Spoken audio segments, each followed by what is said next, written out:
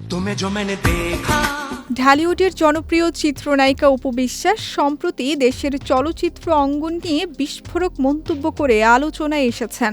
2 দশকের ক্যারিয়ারে শতাধিক সিনেমায় অভিনয় করা এই অভিনেত্রী বলেছেন, 2016 সালের পর থেকে ঢালিউডে নোংরামি শুরু হয়েছে, যা ধীরে ধীরে পুরো ইন্ডাস্ট্রির পরিবেশকে ক্ষতিগ্রস্ত করেছে।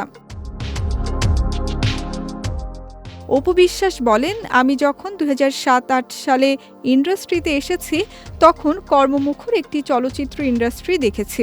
দর্শকের ভালোবাসাও সে সময় তৈরি হয়েছিল, কিন্তু সময়ের সঙ্গে সঙ্গে পরিস্থিতি বদলে গেছে।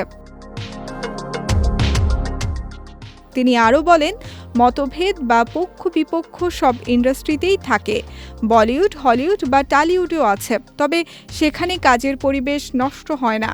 বাংলাদেশের চলচ্চিত্র অঙ্গনে এখন সেই সহযোগিতার সংস্কৃতি সবচেয়ে বেশি অনুপস্থিত।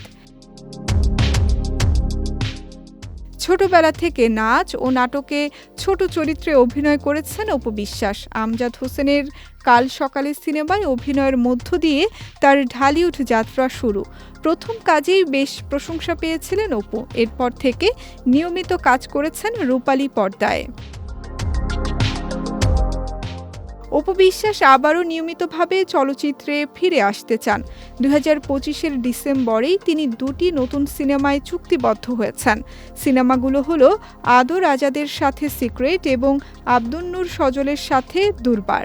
2টি ছবিরই অর্ধেকের বেশি শুটিং শেষ হয়েছে।